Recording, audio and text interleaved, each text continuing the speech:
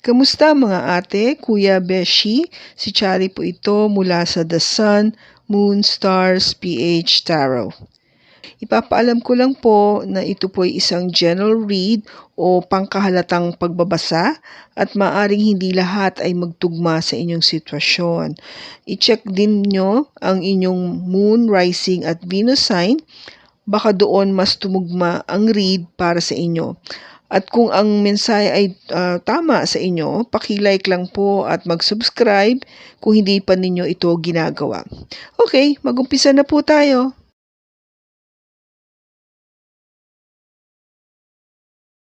Hello po mga ate, kuya, beshis. Kamusta na po kayo? Dito ulit ako si Charlie para gumawa ng another reading, and this is for the sign of Cancer, Sun, Moon, Rising, and Venus, and of course, welcome po yung mga cross-watchers ni Cancer at yung mga bago po nating mga viewers. Tignan po natin ngayon kung anong mensahe ang ating pong makukuha para sa iyo, Cancer.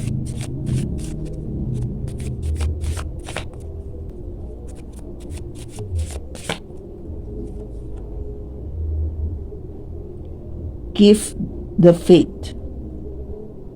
Okay. Ang sinasabi dito is palaging maniwala. Okay? Kasi di ba ang faith is more of, pag sinabi is more of yung paniniwala natin sa Diyos o yung paniniwala natin na ito ay mangyayari. In other words, we have to be very positive, no, sa ating pag-iisip para maging gumagaba yung manifestation mo do sa yung gustong mangyari ay matupad. Okay? So yun yung sinasabi na keep the faith, no? Maniwala ka na ito ay mangyayari o ibibigay sa iyo. Okay? So ang gagawin natin ngayon, ihahatiin ko yung reading sa dalawang aspeto. Una muna yung pagdating sa kaperahan, which includes of course yung work, yung career or yung business. Now, yung second part is about love. Okay? So, tignan natin ngayon kung anong makikita natin, anong bagay na dapat mong abangan.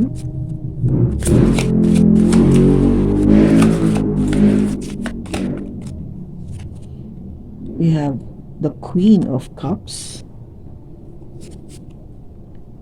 the Knight of Pentacles, the Six of Cups. Bottom niya, Cancer, is the Queen of Pentacles. Okay, so yung first card mo dito, you know this very much kasi you are a water sign, no? The Queen of Cups is a water sign.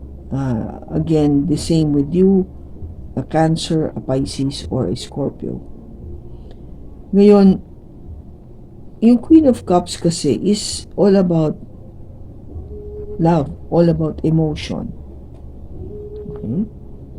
So, in terms of yung money, career, business, I would read this na there is something that you wanted, that you love so much pagdating sa trabaho, sa career, sa pera, o sa negosyo na talagang gustong-gusto mo, no?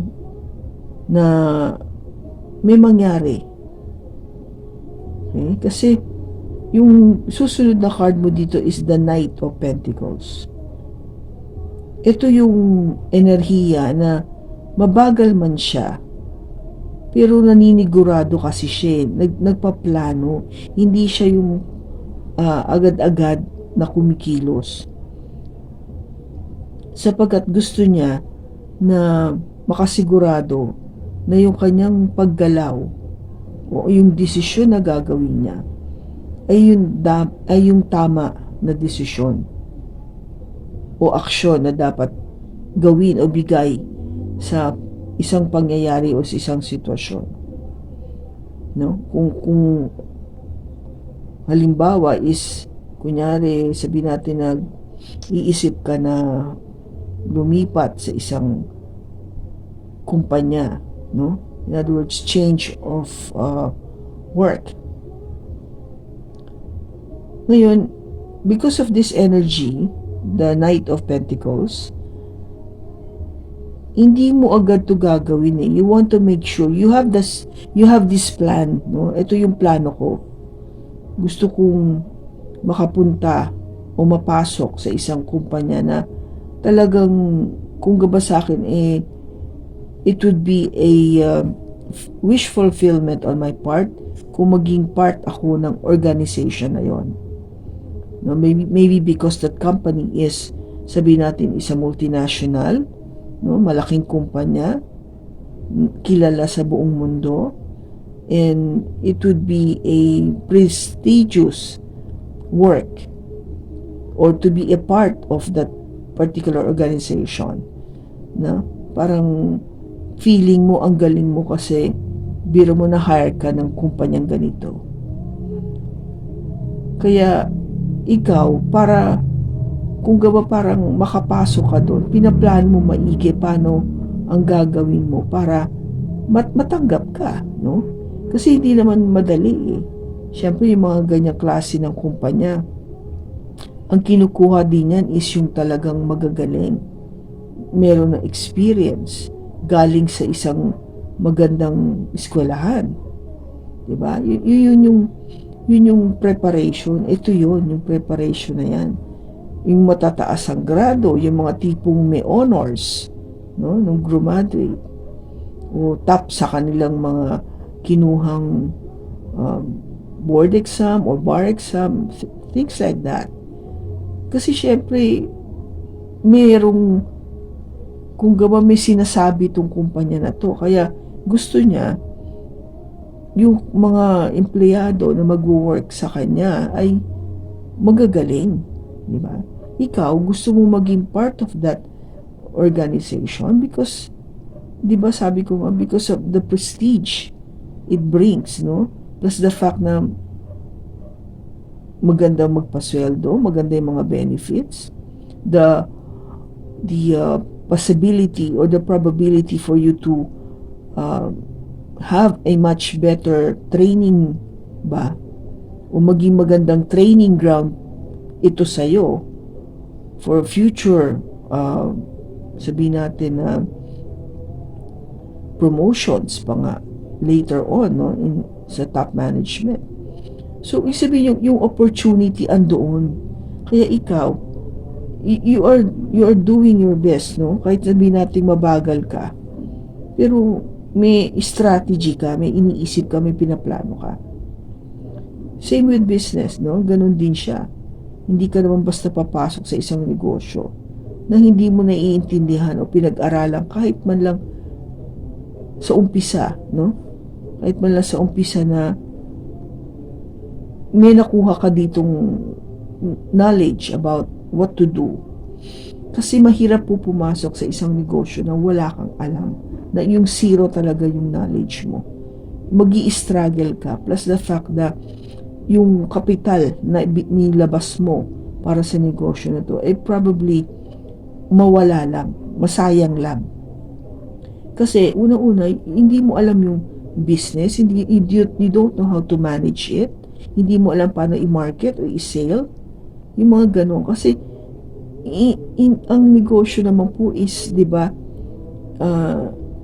marami pong ano yan aspeto. Hindi yan sinabi mo na okay, masarap yung okay yung product ko, yung service ko, kikita na ako. Hindi naman po ganun kadali yun. Diba? You need to have a very creative or a marketing plan in order to push your product sa market. Kasi marami kang kalaban eh. Maraming competitors. You have to remember that.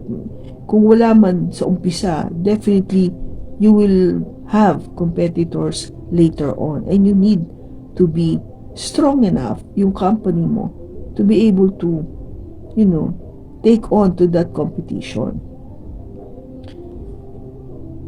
And the Six of Cups po kasi is something, an energy that is saying that will bring you back sa past, or somebody's coming back from the past. Okay, so it could be something na yung gustong-gusto mo, no? Maybe when you were younger, sabihin natin, probability of it will come back, no? Kasi kung usually pag pasok mo, kung hindi mo agad na fulfill yung gusto mo dito, you would be more on a practical side to accept other jobs or do other businesses. Kasi ang gusto mo mag-generate ng pera, di ba? Because we need to earn money to survive. So in the meantime, habang nag-iintay ka para makuha mo yung gusto mo talaga na trabaho o business, doon ka muna sa mga iba-ibang, di ba, yung mediocre type na trabaho o business na, sige, dito muna ako. Parang for me to gain more experience, di ba? Ito yung babalik ito Kung gaba parang, kung meron ka mang ginusto rito sa umpisa, babalik siya. And I think once bumalik to, that's the time when money starts coming in with the Queen of Pentacles. Queen of Pentacles is an earth sign, Taurus, Virgo, or Capricorn. So, pag sinabing Queen of Pentacles, definitely there is stability and security and practicality when it comes to how you handle your career and business. Okay? So, talagang alam mong sure ka dito. Kasi masipag siya, matalino, di ba? Alam niya kung paano humawak ng pera.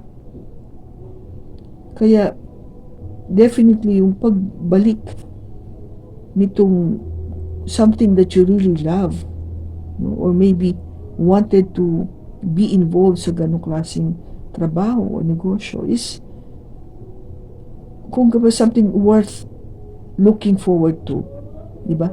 Ito yung something na talagang gusto mong abangan na mangyari o dumating sa buhay mo.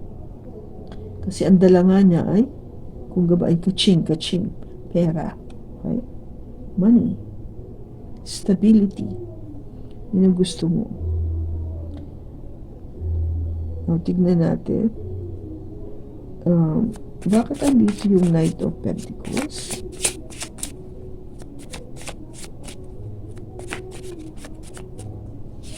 We have the Four of Swords, the Hangman, and the Hierophant. Okay, mabagal man siya, no? Yung energy na to. Ang sinasabi dito, meron ka pa rin time, no? Para, kasi Four of Swords is really resting. Pahinga. Mag-isip, mag-meditate. Don't be in a hurry to do this. Kaya nga siguro ito no? Mabagal kasi ito Kaya parang sige lang. Huwag kang magmadali. Bigyan mo ng pagkakataon yung sarili mo na mapag-isipan pa to ng mabuti. No? So, take it easy. Just relax, Hindi ito mangyayari overnight. So, just go with the flow. Kasi yung Hangman naman, dito, sinasabi niya is, wag ka munang, kung gaba parang wag umaksyon agad, yung wag mong bilisan nga, no? Don't be in a hurry. Yun ang gustong, yun yung pinaka-general message kasi dito. Because eventually, pag dumating kasi yung opportunity na to, the Hierophant is all about tradition, about getting involved, no, with a institution. Kung gabay, di ba sabi ko nga, if you will be planning to work with a multinational company or talagang sabihin natin may pangarap ka na mag-work sa government, no, then it's an institution, di ba? Talagang ano to, kung gaba, eventually you will get yourself into that particular dream job that or dream business that you are thinking about, no? Kaya kung gaba, parang chill ka lang, no? Chill ka lang, just like this one, no? Just don't do anything at the moment. Just, you could stay still and it will come as you wanted it to be. No, yung Six of Cups, bakit andito yung Six of Cups?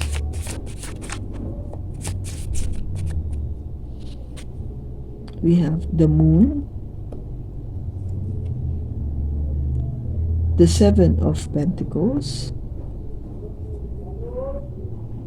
and the Three of Pentacles. Okay, so, yung pagbalik, di ba sabi ko may babalik, somebody will come back, o yung gusto mong mangyari, kung gaba babalik siya, kung gaba parang kung dati akala mo wala, hindi na matutuloy, ito matutuloy na, kung pagbalik niya. So, kahit na hindi ka sure, no, with the Moon, malabo, you don't know what's gonna happen. And with the Seven of Pentacles, isinasabi sa'yo dito na abangan mo kasi it will take a while for this to happen. Kasi Seven of Pentacles is a energy of waiting, pag-iintay. This is telling you na you might be dealing or waiting for this in years, no? Taon ang binibilang natin dito, hindi yung pang sandali lamang. And with the Three of Pentacles, ang kailangan kasi is cooperation. It needs to be in harmony, magkasundo-sundo, maging maayos para matupad. Sabihin, hindi ka sigurado kung dadating kasi nga it would take a while, matagal. You just need to be cooperative with this. Kung gaba parang, di ba sinasabi nga dito, keep the faith. Keep the faith. Di ba? Kaya, ito yun eh. Maniwala ka na mangyayari siya. Eh, kasi, di ba sabi ko, hindi madali kasi na mag-intay. Minsan sa sobrang tagalan ng pag-iintay, nawawala na yung excitement, nawawala na yung idea na baka hindi na nga ito mangyari, hindi ito totoo, gano'n. But, cards is saying here, or Spirit, or the angels, or God is saying here na, keep the faith. Maniwala ka. Ang sinasabi dito, maniwala ka. Okay? So, pagdating naman, okay, sorry, keep forgetting to do this, no? Pagdating dito, let us see kung ano yung advice. Okay, advice for Cancer.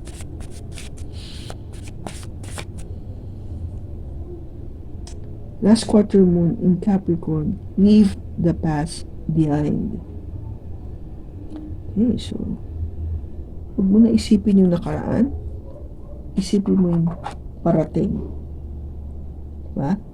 Yung parating. Kailangan lang ng cooperation, in harmony. Maniwala, believe, no? So, yun lang ang kailangan mong gawin. Okay, so, tingnan natin pagdating sa love.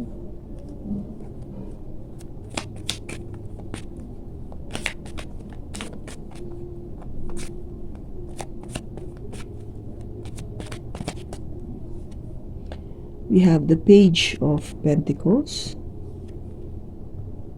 the Emperor, and the Three of Swords. Wow. We have the Hangman. Okay, Cancer. So, pagdating naman sa love and relationship, may natanggap kang message, no? With the Page of Pentacles. Actually, yung message na to there was an offer. Something very solid and sabihin natin material, something that you can see and touch and very tangible, no? Yung sabihin, hindi basta-basta mensahe na words lang, no? Meron ka talagang nakikita. In other words, may pinipresent sa'yo dito. And the person might be somebody older than you, or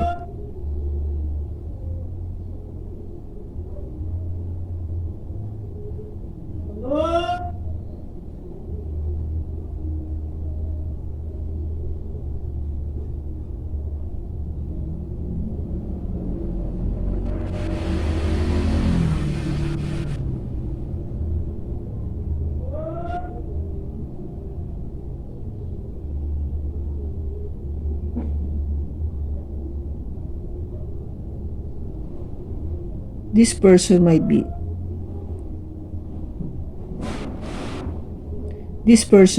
older than you, and or kaya mas mature sa'yo, or somebody na may ano na siya, kung gaba father figure, no? It could be. But definitely itong tao na to is somebody who's already stable. May sinasabi, no? Maybe a boss, isa siyang tao na merong katungkulan, mataas sa katungkulan sa kanyang ginagawa. Okay, so, and somebody who is very controlling, or alam mo yung determined. Yung representation nitong emperor, you might be dealing with an Aries, so may Aries siya sa kanyang chart. And somehow we have to verify, kasi yung last card dito is the Three of Swords. So nagkaroon ng heartache, no? Maybe itong relationship na to with this person, doon nag-offer siya ng something na talagang kung gaba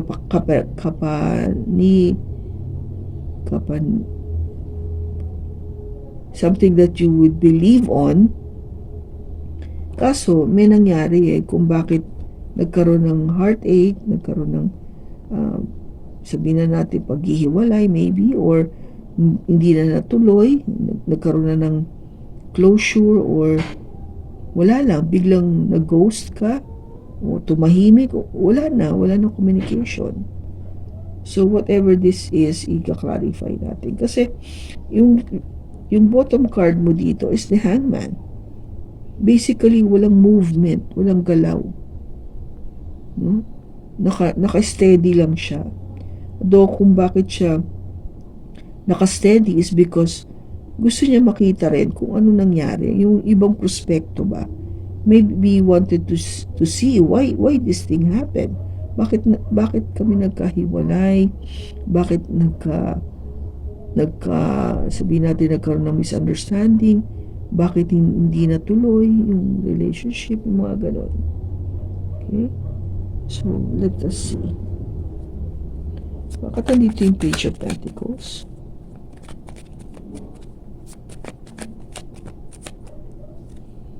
We have the 10 of Pentacles, the 8 of Pentacles, and again, the Hangman. Yung message dito na natanggap mo, this one that I'm saying, has something to do with yung ino-offer sa'yo na future, no? Yung future na plan to get married, to settle down, and have a family with this person.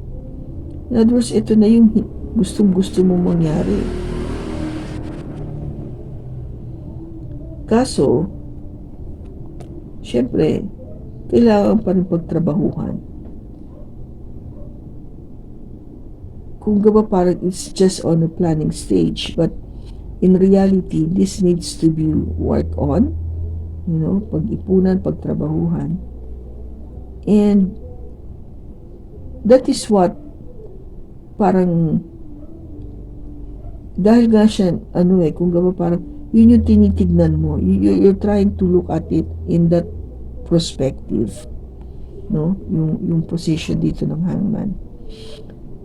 Kaya siya kung gaba parang tinitignan niya na kung anong ibig mong sabihin sa mga sinasabi mo sa akin in terms of what you're offering to me. No, kasi maganda naman yung sinasabi mo dito, no? Na okay, I am that serious with you, and I wanted to, marry you and have a family and have a house, magkakaroon tayo ng kotse, magta-travel tayo, etc., etc., hanggang sa katandaan natin. But syempre, I have to continuously work on it para matupad lahat ito. And that is what you're trying to see. No? Yung para tignan yung sinasabi niya sa kanyang prospekto.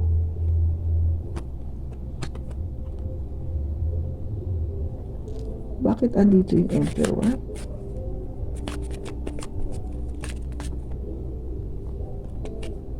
Bakit andito yung Emperor? You have the Sun,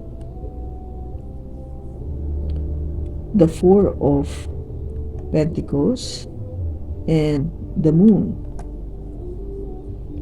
Itong Emperor na to, the guy or the women, itong person na to na you're dealing with, yes, it brings you happiness, and of course, definitely, success. Kasi nga, na siya established na siya, mature na siya. Kung ba wala ka nang masyadong iintindihin dito sa tao na to, kasi yung mga characteristics or yung traits na tamang-tama for a relationship to work, nasa kanya na eh.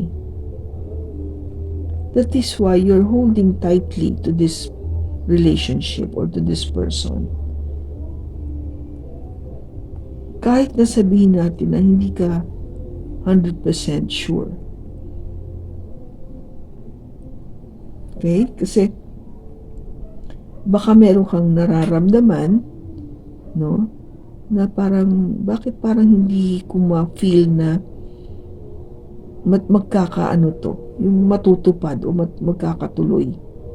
Kasi ito yung feeling na di ba sabi ko sa'yo, parang there is something that is unknown or a secret not being told to you, o hindi pa clear yung mga bagay. This needs clarity. Parang ganun ang dating eh. Maybe that is why, di ba, I keep going back dito sa ating main message is you keep the faith. Bakit andito yung Three of Swords? We have the Queen of Cups, the Two of Wands, and the Knight of Swords. So, yung naging heartache mo dito o naging maybe probable cause kung bakit nagka-heartache is I think you were questioning about the love. No, yung emotion mo and emotion niya towards each other. That is why you are still trying to see or trying to look maybe sa ibang, alam mo yung probability na baka meron pang iba, di ba? Yung parang meron pa ba akong iba na dapat tignan o makita, o baka meron pang mas better dito kay Emperor mo, kasi you wanted things to happen quickly. Baka isang reason yun na you cannot wait anymore, kasi di ba sabi niya, may plano naman ako papakasalan kita, pero pagtatrabaho ko pa rin yan eh. Siguro yung pagtatrabaho part na yun, yung ba parang pwede mo naman gawin yan pag mag-asawa na rin tayo eh. Siguro yung part na hindi pa siya nagpo-propose, di ba? Andun yung plan, nag-discuss kayo, but the proposal in itself wala kasi dito yung Four of Wands, no? Kung lumabas yung Four of Wands, then matutuloy ito. But it seems to be na parang salita lang, parang plano lang, wala ka nakikitang patunay na mangyayari ito. Kasi parang dito, yung last card mo dito, gusto mo aksyon gusto mo maging mabilis na o mangyari na. And yung hindi siya mangyayari, syempre, nagdadala siya ng heartache, frustration, no? Yung tipong baka to a point na nga parang ayaw mo na kasi yung tingin mo dito sa person na to, puro ka lang puro ka lang plano, wala naman ako nakikita, wala akong nararamdaman sa iyo na talagang ganun ka kaseryoso. Kasi matagal na tayo pero wala ka pang, alam mo yun, you're not even making any wedding proposal, something like that. Kasi di ba tayong mga babae, we find it na minsan ang hirap magintay. Alam mo, this is the right guy na for you. Pero kung hindi nagsasabi yung lalaki na, will you marry me? Yung ganon, parang hindi ka pa rin, di ba? Parang magiging kami kaya, kahit matagal na kami. Parang, kasi hindi siya nagsasabi. Ano ba plano niya? Sabi niya, gusto niyang maging kami magkasama, may bahay, may bata. But, yun din ba yung gusto mo? Di ba minsan parang, the only way for you to parang make sure or sealed everything is when you hear that person, went down on his or her knees and ask you to marry him or her, diba? Parang ganun Doon mo lang makikita na ay seryoso na to kasi gusto niya na akong maging asawa. Diba? Kung ba may engagement na, you are getting engaged to be married. Okay, so tingnan natin kung ano yung magiging message for Cancer.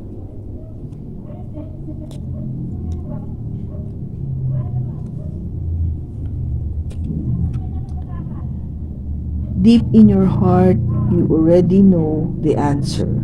Do what feels right. O, diba?